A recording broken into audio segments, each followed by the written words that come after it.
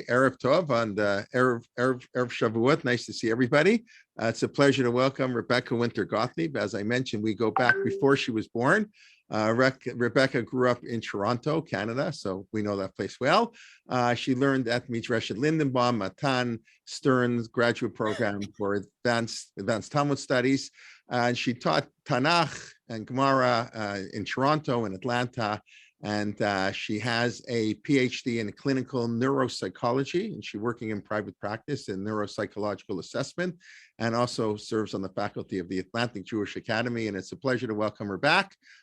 She's spoken a number of times before. And Rebecca also, she didn't put it in her bio, but she represented Canada in Chidon HaTanakh many years ago, and then would coach people at Netivot to help them prepare for Chidon HaTanakh. So, b'vakasha, Rebecca. Thank you so much. It's so good to be here. Just hang on a second. Sorry. One of my sons apparently. He should come for the shear. Bring him in for the shear. Yeah, of course. But it's great to see everybody here. I know it's Erev Shavua, so it's difficult to pull away and peel yourselves away from preparation. So it's just so nice to see those who were able to come out. And I feel very fortunate because I'm able to give this shiur before Shavuot, of course, talking about Parshat Bamidbar, which everyone likes to point out. It really should be called Bemidbar, and we're not sure why we call it Bamidbar, but that's how we refer to it, Parshat Bamidbar. And Parshat Bamidbar is really an exciting parsha because it's kind of the koteret, or like the introductory parsha for the entire Sefer Bamidbar. And while I say it is exciting, I do remember being in elementary school, kind of coming into grade 6 at Netivot Torah, for those of you who are familiar with the school. And we start learning Sefer Bamidbar in grade 6, and we were all very excited, like finished Shemot, finished learning about Vayikra, and then we get into Sefer Bamidbar, which we know is full of all these exciting stories about the spies and Korach, and only to be very disappointed and this like enormous letdown when we opened Sefer Bamidbar, and lo and behold, it was this like really monotonous, dry parsha about the formation of Bnei Israel around the Mishkan. So that was always, like a real letdown for us students. But I do think that there's a lot to be learned from Parshat Bamidbar, and I hope we'll explore some of it together today. A couple of aspects of it today. I'm going to share my screen, if that's okay, Rabbi Kalman. Oh, I think am I able to share my screen? You are now. I'm sorry, I forgot to make you co-host.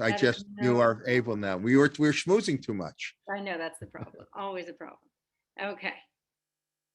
Excellent. So I'm going to share my screen, and I think these sources are shared or will be posted. So so for those of you who'd like to follow along at home or download from Torah in Motion's website, feel free. But I want to start off with the Ramban and Nachmanides and his introduction to Sefer Bamidbar. And the Ramban, of course, for those who are familiar, he launches an introduction to each of Chamisha Chumshei Torah, and he really gives this overarching thesis to each one of the Sfarim. And in Sefer Shmot, he famously calls it Sefer Galut V'Geula, so this beautiful overarching theme of our redemption, not just our redemption from Mitzrayim, but really being the formation of a nation, receiving the Torah, and he outlines this beautiful theme in his introduction. Famously, he calls Vayikra Torat Kohanim, so all the different mitzvot that pertain to the Kohanim and the Mishkan, and that's really kind of the thesis and the central idea of Sefer Vayikra. But then in Sefer Bamidbar, there seems to be this breakdown, at least for the Ramban, of giving a cohesive or coherent message of the Sefer. So I just pulled some of it because the Ramban is quite wordy and he kind of expounds quite a bit, but I just brought a little bit of it. And what he says is, V'hasefer hazeh kula mitzvot sha'a. The entire Sefer is comprised of mitzvot, of commandments that are timely, meaning that are timely, they're only meant for the period of the time that Bnei Israel were in the desert. And then just a couple lines later, He says, "Ve'ein basefer hazeh mitzvot nohagot ledorot zulati ktsat mitzvot be'inyanei hakorbanot shehitchil bahem besefer hakohanim ve'lo nishlam bi'uran she'am sham v'hishlema besefer zeh." So he says, well, we don't really hear about mitzvot ledorot, meaning mitzvot that continue for generations, that we have to keep for generations to come, except for a few that really should have been included in Sefer Vayikra, but they kind of slipped their way in somehow to Sefer Bamidbar, and we're just kind of filling them in here in Sefer Bamidbar. So I always found this really interesting because clearly the Ramban is almost grappling with finding a real central theme of Sefer Bamidbar. It seems like there's these mitzvot that kind of snuck in from Sefer Vayikra to Sefer Bamidbar, which really leaves us with more of a question than an answer of why are those mitzvot, what are they doing here in Sefer Bamidbar at all? And this confusion around Sefer Bamidbar is really very beautifully highlighted by Rav Shimon Klein, who writes for Virtual Beit Midrash. And he says that if we think about the central themes of the last three books of Chumash, Vayikra, Bamidbar, Dvarim, it's very clear that in Sefer Vayikra, we have this Torah Kohanim, as the Ramban explains, right? Vayikra el Moshe, Vayidaber Hashem elav me'ohel moed lemar, that Hashem calls to Moshe, and he calls to him from Ohel Moed. And that just continues. The entire book is being told from this perspective of the Mishkan, of the tabernacle, of this holy place. And that is a theme that maintains and that's consistent throughout Sefer Vayikra.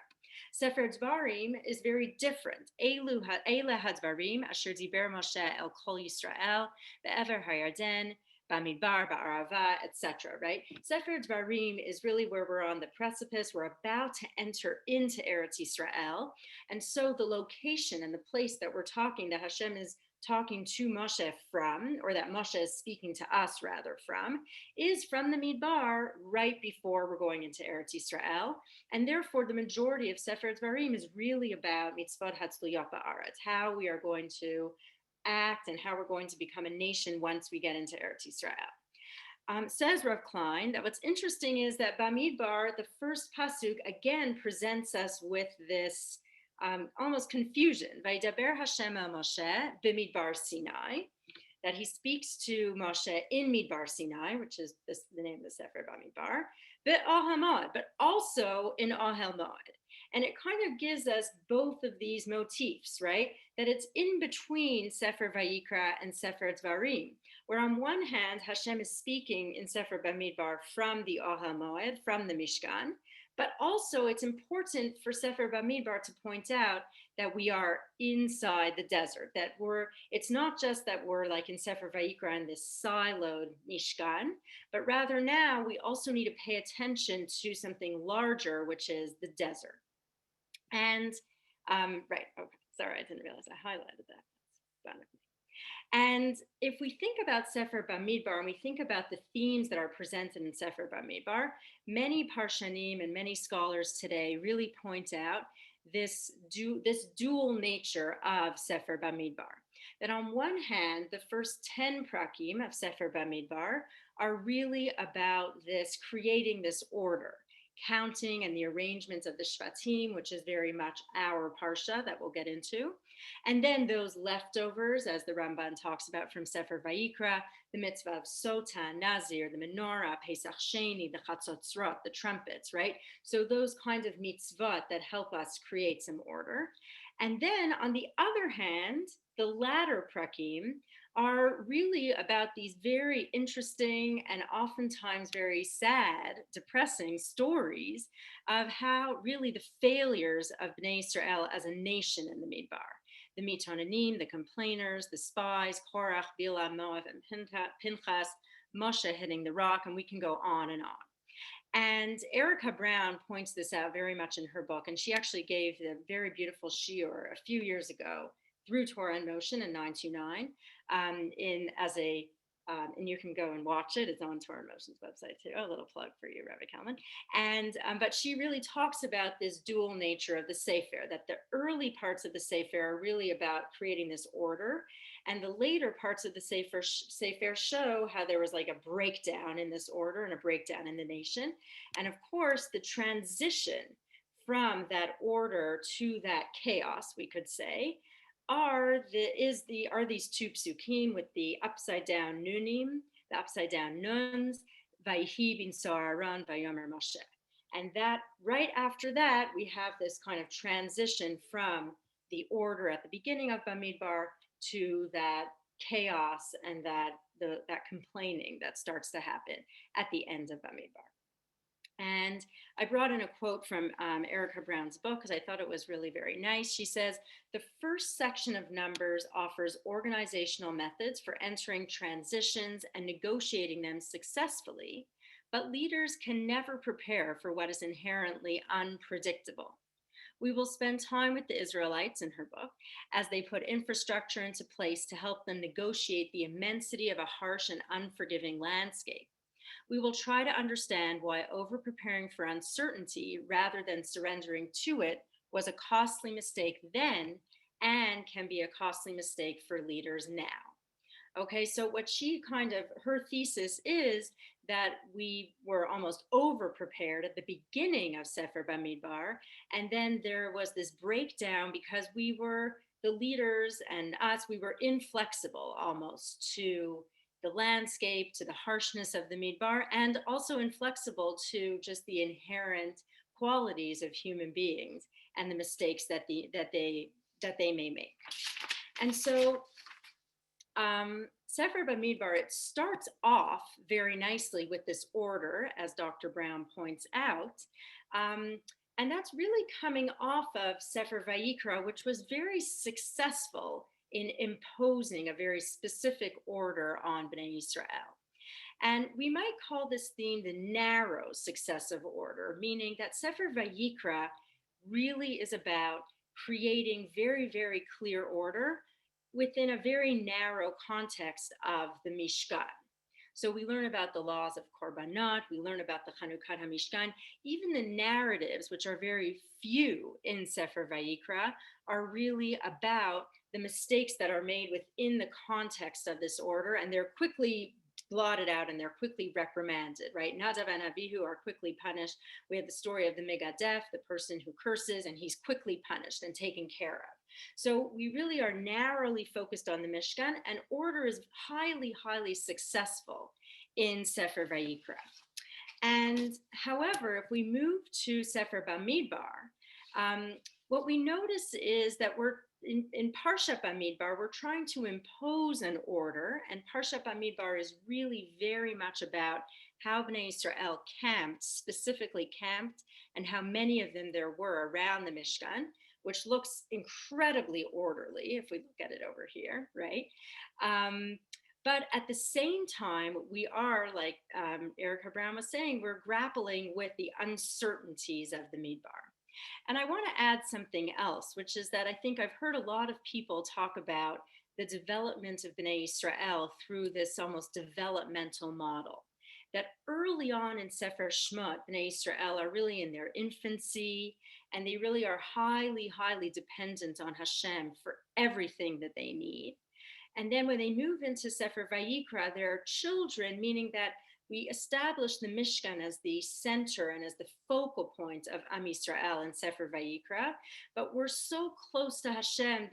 Everybody is right around the Mishkan. Everybody is right there. The entire Sefer is really focused on Hashem attending to us through the closeness of the Mishkan.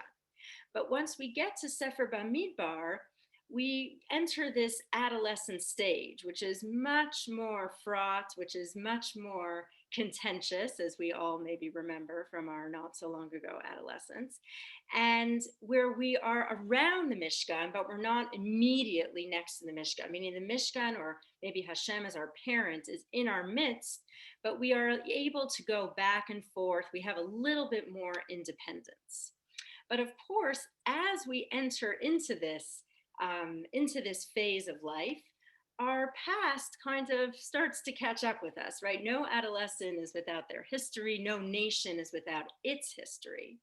And so, what I'd like to do today is really discuss and talk about how in Parshat Bamidbar, while it's primarily, and we'll go through it, while it's primarily about imposing a very clear order, instead of thinking like Dr. Brown that there's a very rapid and abrupt shift from the order to the chaos to the chaotic stories, I want to think about Parshat Bamidbar as introducing us to some chaos that actually lies beneath the order that's presented so beautifully in Parshat Bamidbar. And just like the adolescent child who kind of carries some of that weight with them, we as a nation are carrying some baggage with us as well. And in many ways, the order that's being imposed upon us in Parshat Bamidbar is just kind of hiding what's really beneath the surface and what's almost brewing beneath the surface, which means that it's unsurprising after 10 chapters of order that this would kind of bubble up. And so Parshat Bamidbar, if we think about it, Parshat Bamidbar is really divided into these major themes of really establishing clear order in Bnei Israel. First, we are introduced to the Nisi'im. We count all of Bnei Israel, and you can see in the image here each of their numbers. We understand why the Levi'im were excluded and why they get a separate count. Then we understand how Bnei Israel are beautifully arranged around the Mishkan. We have the detailing of the avodah of the Levi'im and their counting by families. And finally, the idea that the Mishkan is really the center of the traveling camp in Israel. So when we look at Parshat Bamidbar on its face, there really doesn't seem to be anything beyond the order that we talked about, the order of those first 10 prakim. It's so prevalent in Parshat Bamidbar. But I'd like to dig a little bit beneath the surface together. And we're going to talk about three different situations, which I think really are really just lying beneath the surface of Parshat Bamidbar. The first situation is the situation which occurs at the end of Parshat Bamidbar in Perek Gimel, when Hashem describes how he's going to replace the Bechor, the firstborn, with the Levi'im. So why don't we read this together? Vayidaber Hashem el Moshe lemor, ואני הנה לקחתי את הלוויים מתוך בני ישראל, תחת כל בכור פטריכם מבני ישראל, והיו לי הלוויים. And so Hashem says, I'm going to take the Leviim from Bnei Israel, and I'm going to take them in place of the firstborn of Bnei Israel, and they will be for me. Presumably the firstborns were initially for Hashem, and then the Leviim are going to be replacing the Bechor. Why? Ki li kol b'chor b'yom hakoti kol b'chor be'eretz Mitzrayim, hikdashti li kol b'chor b'Yisrael me'adam ad behema li yiyu ani Hashem. So Hashem doesn't explain why he's actually replacing the b'chor with the Leviim. Instead, he says, why is the b'chor important to me? Because when I smote Mitzrayim, when I gave them Makat B'chora, then I established the b'chor. I saved the Bechor of Bnei Israel, and I established the Bechor as sacred to me. And of course, we remember this from Sefer Shemot. He says in Pasuk Yudaled, "V'haya ki ishalcha bincha machar lemor mazot v'amarta la v'chozek yad hatziana Hashem mitzrayim mibeit avadim v'hi ki hiksha para l'shalchenu v'yharav Hashem kol b'chor be'eretz Mitzrayim mib'chor adam v'ad b'chor behema al ken ani zoveach Hashem kol petarechem hascharim b'chol b'chor banai evdeh." Right. So this idea of the b'chor becomes very, very sacred and very, very special in Bnei Israel, especially during the time of Yetziat Mitzrayim, because the Bechor serves as this reminder of the very last plague, Makat Bechorot, of Bnei Israel. And we're reminded, of course, every single year in Pesach, when the Bechor has to fast, Ta'anit Bechorot, we're reminded of this miracle every year. And so for some reason, though, in our Parsha, Hashem says that the Levi is going to come to replace the Bechor. Now, the Ramban, Nachmanides, he explains that this was always the plan, meaning that the Bechor was always supposed to be sacred to Hashem only in the first generation of Bnei Israel, the ones who were immediately adjacent to Makat Bechorah.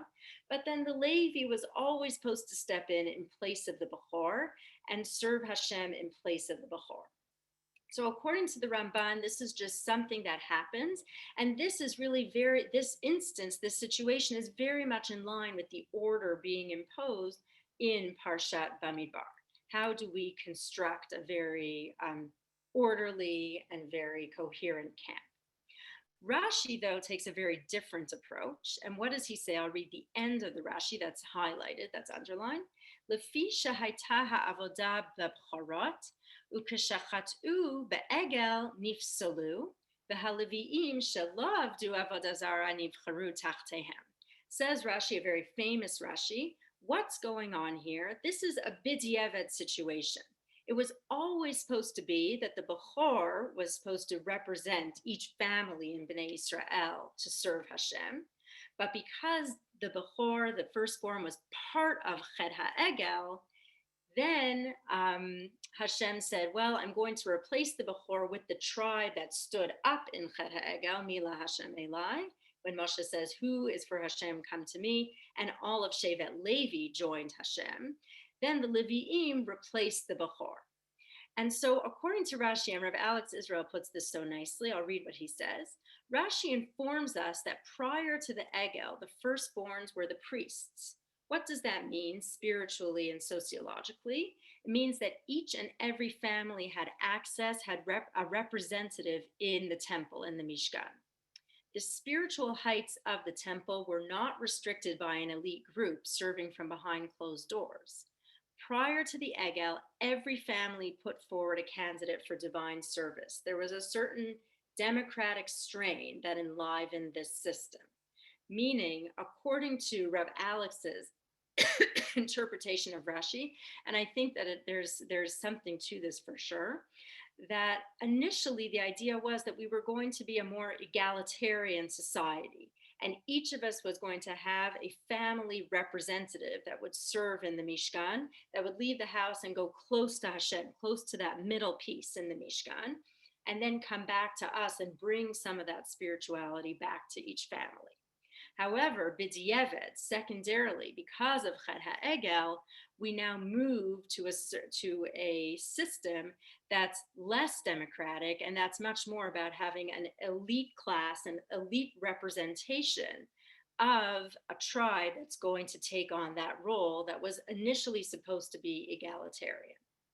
Now, this, as you can imagine, would cause some strife within Bnei Israel, right?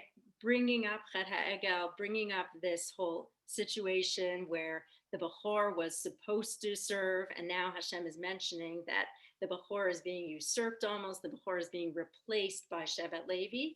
That has got to at least irk some families in some way. And I want to hold that in the back of our minds as we move on to the second example.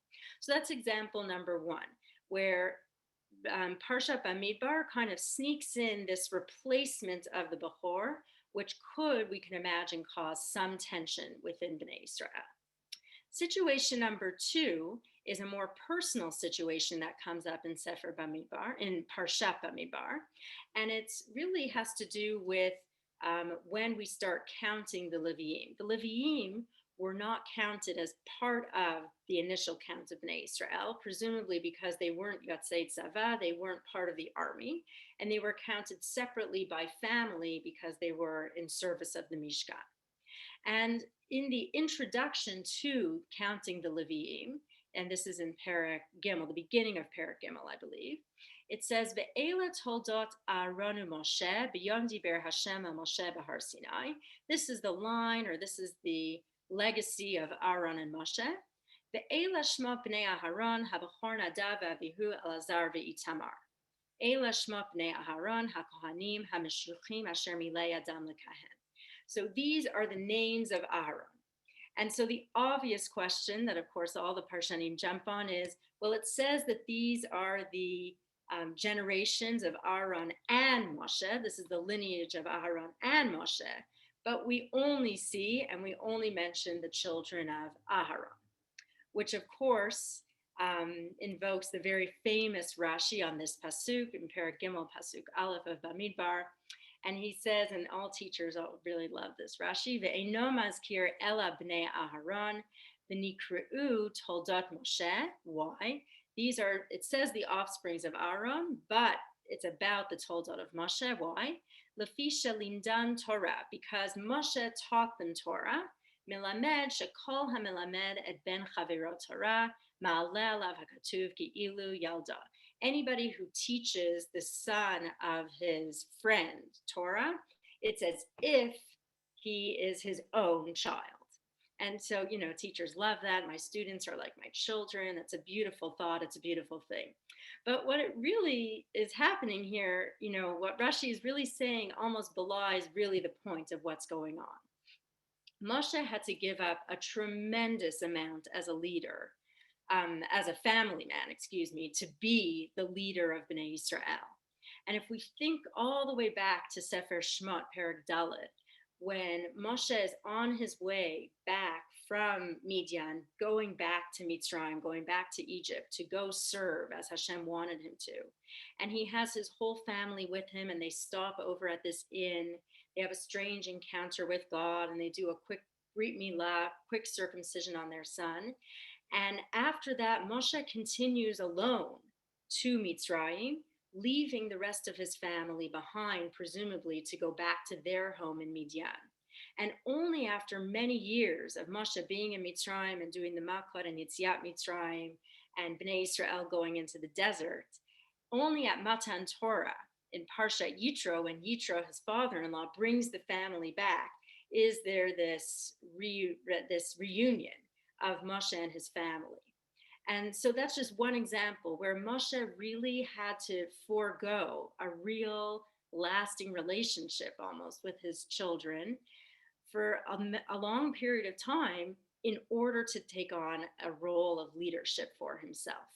And I think in Parshat Bamidbar, there's a hint to this, that yes, it's true that Moshe was the teacher of perhaps the children of Aaron, at least according to Rashi, but deliberately or tellingly leaving out Moshe's sons really highlights the sacrifice that Moshe had to make in order to be the leader of Bnei Israel. So example number 2 is that this parsha, in a subversive way, explains to us something about some family complications that were going on for Moshe, at least. So keep that in mind, all right? I'm asking you to keep a lot in mind. Situation number 3, I think, is the least obvious, but also one of the most interesting situations to come up in Parshat Bamidbar. And it happens at the very early stage of Parshat Bamidbar, right when Hashem is explaining how Bnei Israel should be camped around the Mishkan. And the pasuk says, this is Bamidbar, Perek Bet, pasuk Bet, Ish al digla be'otot levet avotam yachanu Bnei Israel. So every man should be camped with his standard, with his flag, levet avotam, according to their ancestral home, according to the house of their fathers, mineget saviv lo'ohel moed yachanu, and they're all going to camp around Ohel Moed. Now, most Parshanim right away start thinking, oh, this is a great place to be a Parshan. I'm going to describe what the different Galim represented, right? So Yehuda gets one and Reuven gets one, and each one represents this kind of personality of each Shevet. Interestingly, Bamidbar Rabbah has a very, very different approach to these words, specifically, Ish al digla levet avotam, every man for his flag, according to the house of his father. And I'd like to read this together. I gave a brief English translation, but I'll read it in Hebrew and translate as I go. It says Bamidbar Rabbah, the Midrash, which is the Midrash on Sefer Bamidbar, Lo hayat tzarich lomar ela ish al digla be'otot yachanu bnei Yisrael. The pasuk only had to say that each man should stand according to his degel, according to his flag. Ma Talmud lomar levet avotam. Why do we also need the words levet avotam? According to Bamidbar Rabbah, this is redundant. If we say each man is standing on his flag, Obviously, each flag represents your ancestral home. There's no need for us to say Leveit Avotam. So then a beautiful midrash, I think, that Bamidbar Rabbah is bringing. It says, "B'sha'a she'amar," I'm just skipping a little. "B'sha'a she'amar Hakadosh Baruch Hu leMoshe, asa otam zgalim k'Moshe nitavu, hitchil Moshe matzer." So as soon as Hashem says to Moshe, they should be standing in this specific order, Moshe starts to panic. He becomes distressed. Why is he distressed? He says, Amar, Achshav atida hamachloket lehinaten ben hashvatim. Now, Hashem, you're really starting the machloket ben hashvatim. You're really starting this strife, these arguments between the shvatim. Imani Omer l'shivto shel Yehuda. If I say to Shevet Yehuda, sheyishara b'mizrach, they should be in the east. Uhu Omer ifshi ela b'darom. I actually wanted to be in the south. V'chen Ruvain, v'chen Ephraim, v'chen Shevet b'Shevet. Each Shevet is going to come and complain to me. Actually, I want it to be in this location. His location is better. Why can't I be in the front? Why can't I be in the middle? Why is he closer to him, etc.? So Moshe says, Hashem, what am I going to do? They're all going to start fighting. Hashem says, Amar Lakadosh Baruch Hu, Moshe, ma akhpat lecha lach, ein tzrichin lach me'atzman hemichirin da'atan, ela dekati yesh bi'adam mi'akov avien, hayech l'sharot bat galim. So Hashem says, Moshe, don't worry. You don't have to worry about this at all. Why do you really care? They already know, me'atzman hemakirin diratan. They already know exactly where they should be living, where they should be camping around the Mishkan. How? Because way back when Yaakov was dying, Yaakov instructed how Bnei Israel should stand around his kever, how they should carry his body to his kever. And the way that his sons were instructed to stand around Yaakov is the same way, says Hashem in the Midrash, that Bnei Israel are going to be camped around the Mishkan. Very interesting. And so he says, Kar yesh lahem tchasim miYaakov aviem. They already have this plan. They already know about this. This is not new. They already know about this from their father Yaakov. So then, according to the Midrash, or at least this pshat of the Midrash, you could say, is Ishal Digla, each man according to his house, Be'otat Leveit Avotam, according not to the house of their father, but according to Avotam, to their father, meaning the grandfather, Yaakov Avinu. And I think this Midrash, while of course it's a Midrash and there's no real indication that this story actually happened, this conversation between Hashem and Moshe, I think it's highlighting something very, very true to the pshat of Parshat Bamidbar. If we really think about it, if we go back to the end of Sefer Bereshit, from the end of Sefer Bereshit all the way until Sefer Bamidbar, so Sefer Shemot, Sefer Vayikra, there has been almost no mention of the division of the Shvatim. It has just not been a focus at all. If we actually think about it, the focus, really the focal points of Sefer Shemot and Vayikra were really about the formation of a nation together, right? I think about Ma'amad Har Sinai, that they stood, Vayichan Sham Yisrael Neged Hahar, Kulanu Ke'echad, says Rashi, Ki Ish Echad Belev Echad, right? That Bnei Israel were camped around Har Sinai together as one nation. That really is the emphasis for sure of Sefer Shemot. And we don't really have this idea of the division of the Shvatim in Sefer Vayikra either. Suddenly comes Parshat Bamidbar, the beginning of Sefer Bamidbar, and suddenly we're really hit over the head with this idea of the division of the tribes. And so in a way, it makes sense that suddenly Moshe is thinking, well, oh my goodness, the last time we had this situation, it was mayhem. It was terrible. The history of Sefer Bereshit is all about this infighting between brothers. And so Moshe understandably starts to panic and needs Hashem to kind of calm him down. And that is situation number 3. And I do actually think that each of these situations, and I'll recap the situations. Number one, that first situation, well, I'm forgetting as well. Situation number one was about the replacement of the Bechor and the replacement of this egalitarian kind of ideal of serving in the Mishkan. Situation number two was about Moshe and some of the strife and some of the hardships that he had to endure in his family life in order to be the leader. And finally, situation number three, this fear of Moshe that there was going to be infighting among the Shvatim, kind of a civil disputes between the Shvatim. And I think that each one of these stories that's quite subtly presented in Sefer Bamidbar, really is foreshadowing to future events in Sefer Bamidbar that happen in the latter half of Sefer Bamidbar, that are very much about that chaos that ensues after the Vayihi B'Nso Aharon. And if we think about it, first we talk about that egalitarian society as an ideal, and that really is Mered Korach, right? When Korach says to Moshe in Parshat Korach, we are all holy, kulanu kadashim b'tocham Hashem. Madua titnasu al kal Hashem, says Korach, right? Like, why do you think you can be better than us, Moshe? And that's really what it's about. Why can't we be, all of us be leaders? We're all holy. And I do think that Sefer Parshat Bamidbar is foreshadowing that idea a little bit.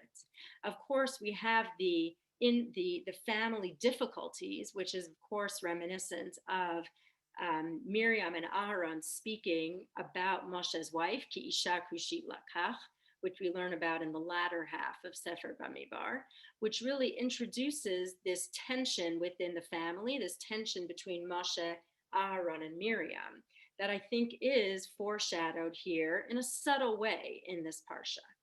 And finally, the fighting with the Shvatim, I think we start to see some introduction of it where there's divisions in the Shvatim. And different Shvatim have different opinions. We understand in Sefer Bamidbar, later on, we have Bnei Gad and Bnei Ruvain who asked to go onto the other side of the Nile, to camp elsewhere. We have the 12 Meraglim who come and give different accounts of Eretz Yisrael.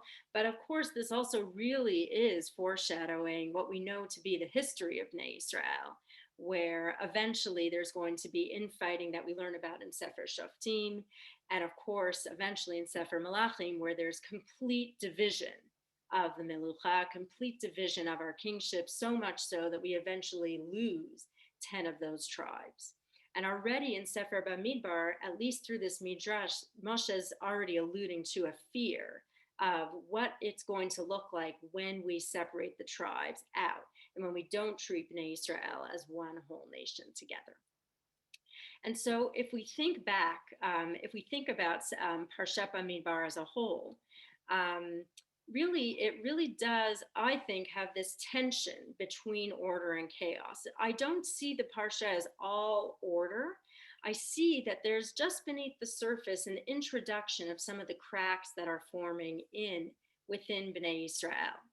And I think I always like, I'm a psychologist, so I think about different psychologists, but Steven Pinker, he says, the ultimate purpose of life, mind, and human striving is to deploy energy and information to fight back the tide of entropy and carve out refuges of beneficial order.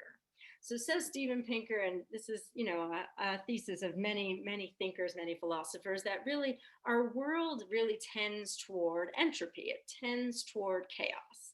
That is the nature of our world. And it's human nature to try to put order on top of that chaos. We see that a little bit now in Parshat Bamidbar.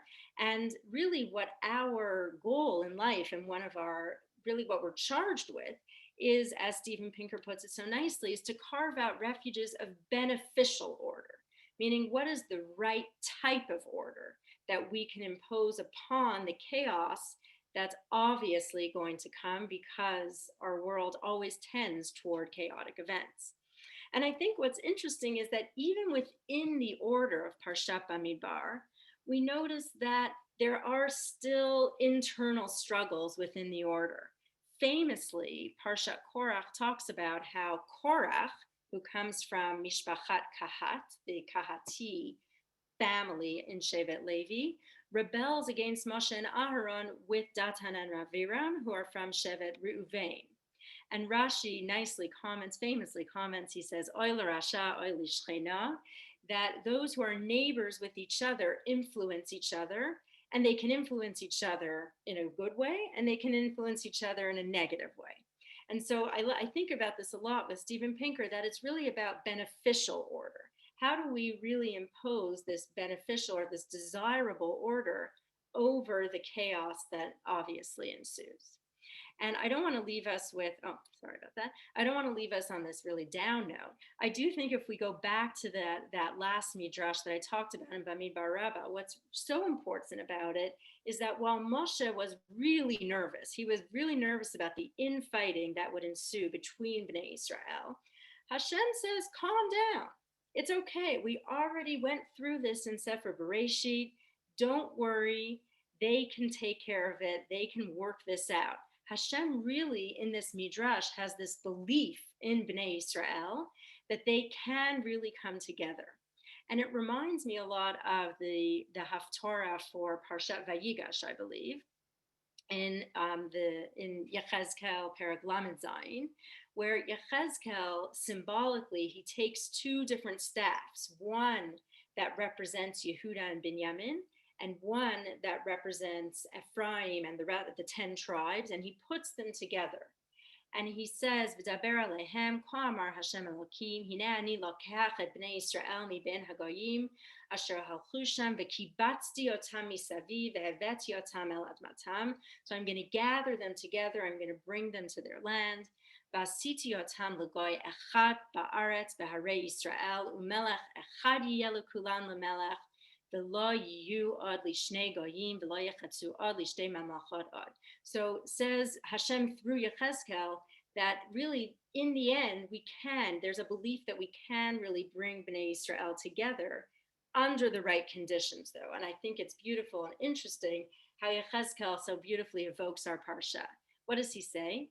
V'charati lahem brit shalom, brit olam yaotam. I'm going to make with them a peaceful covenant. V'natatim v'hirbeti otam v'natati et mikdashi b'tocham le'olam. I'm going to place my sanctuary inside their midst, within them in the middle. V'haya mishkani alehem. And my mishkan will rest upon them. Really nice, beautifully evoking that idea of the mishkan residing in the middle of Bnei Israel. V'hayiti lahem le'elohim v'hem hayu li la'am v'yad'u hagoyim ki ani Hashem mekadesh Yisrael b'yot mikdashi b'tocham le'olam. So if we are able to really strive for that desirable or most beneficial order, then Hashem can comfortably and for eternity reside in between us, among us, as was that original plan for order in Parshat Bamidbar. So that's all I have for today. Thank you so much. Shabbat Shalom. I'm going to check the chat. One second, let me stop sharing my screen. And people can ask oral questions. Or you can ask, all right, yes, absolutely. I don't see any things in the chat except for my little comment to you. But, okay, fantastic. So if anyone has any questions, feel free. I don't know how to stop sharing. What did I do? I have a question. I'd like to know, are you claiming that the lack of genealogy of Moshe Rabbeinu is because he didn't have a family, because he had problems with his family, as opposed to Aaron? Did you say that? Well, I don't know that it's that he absolutely had a family. We know he has two sons. Hang on, I want. Yeah, but they were deadbeats. They were deadbeats. Oh, here I see. Stop share. Yes, so I think that there are midrashim that really do criticize, or not directly, but at least talk about that Moshe was not able to teach his sons Torah in the same way that Aaron was able to raise his sons. And I think that what we take away from that is that there are real sacrifices to be made by being the leader. I mean, if we think about our leaders like David HaMelech, for example, he was an excellent leader. He had great leadership skills, but his personal relationship with his family was incredibly fraught. And we really, really see that. His leadership abilities were excellent, but the personal relationships he had were incredibly difficult. So I think we see that in some of the other leaders of Bnei Israel. And I think it's a fair thing to say. And are you attributing the lack of genealogy for Moshe Rabbeinu to that fact, to that problem? Oh, that he wasn't able to teach his sons? Well, basically they didn't come to anything. That they didn't what? Well, I mean, one of them was a leader in idolatry. Interesting. Okay, that's an interesting midrash as well.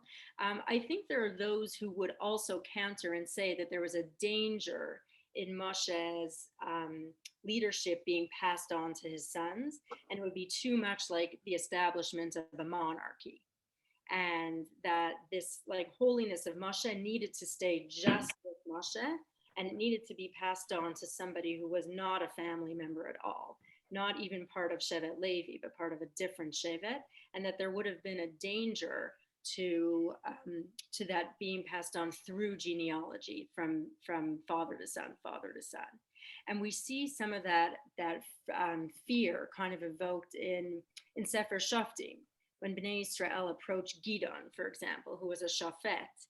And they say, would you be our king? Please be our king. We want your son to be our king and his son to be our king.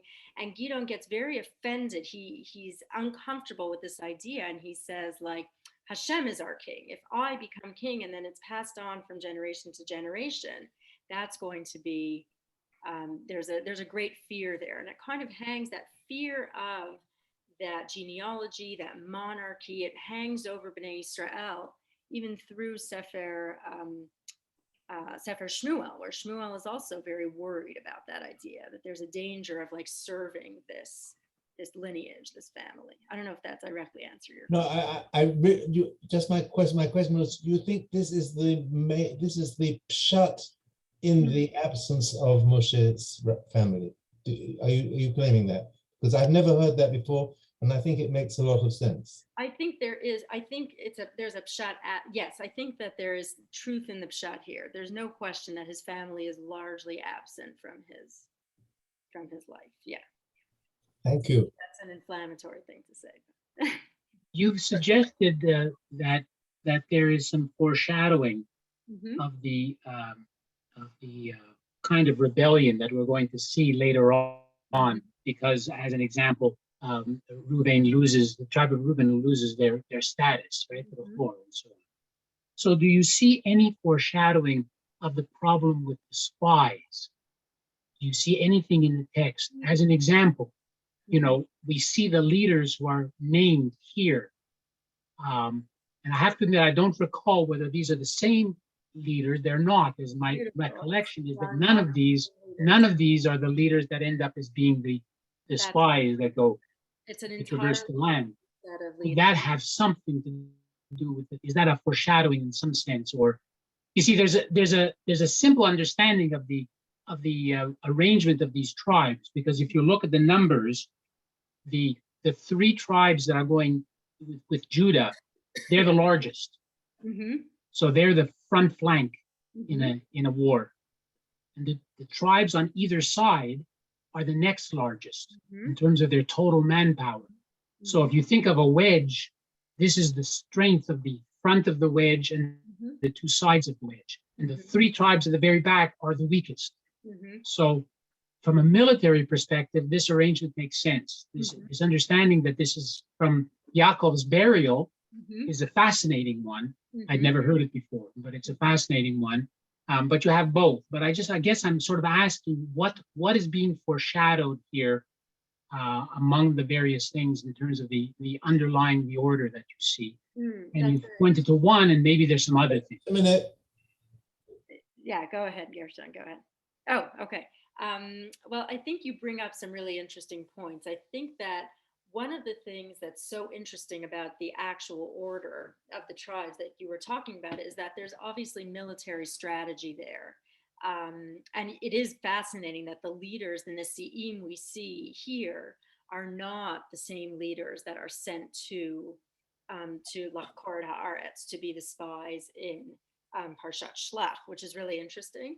And I think there's also something to be said for Moshe feeling like the Nisi'im served their role, but they weren't those like inspirational leaders that he needed. And there may have been some mistakes, right? Because Moshe was the one who kind of was at the forefront of that mission, according to, there's different interpretations depending on the Sefer Dvarim account versus the Sefer Bamidbar account. But it seems that Moshe at least was wanting this mission to take place. So I think that's interesting that it's different leaders, like you're saying, but also that the formation of the tribes with Yehuda, like you said so beautifully, being in the front, there was military strategy there.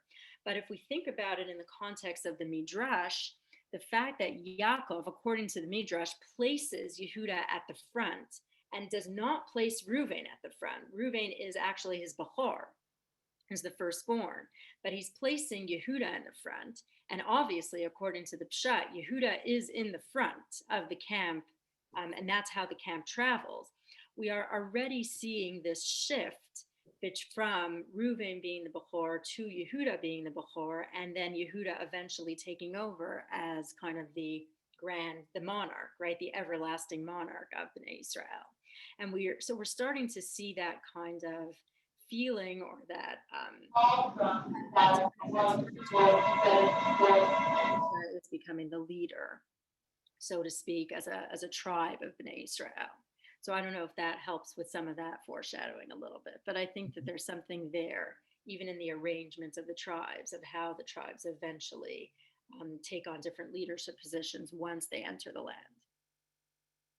Question. At this point, we are trying to form a nation and go into Eretz Yisrael and conquer the land. Why so much emphasis on the Shvatim, which does not help for the unified nation? Beautiful. That's a beautiful question. I think that really goes back to the idea of how do people generally feel a part of something, right? And Bnei Israel start off, they're a large nation, right? There's a lot of people.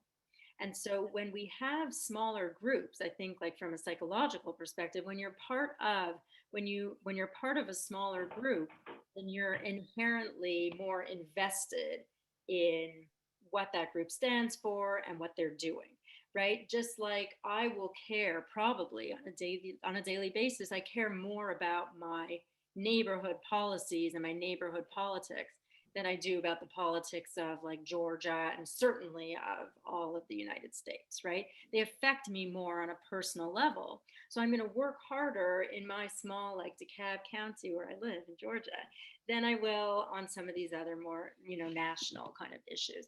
And I think that by setting up tribes like that, we're setting up the individual for greater success. I do think there's something inherent about that people really feel more invested.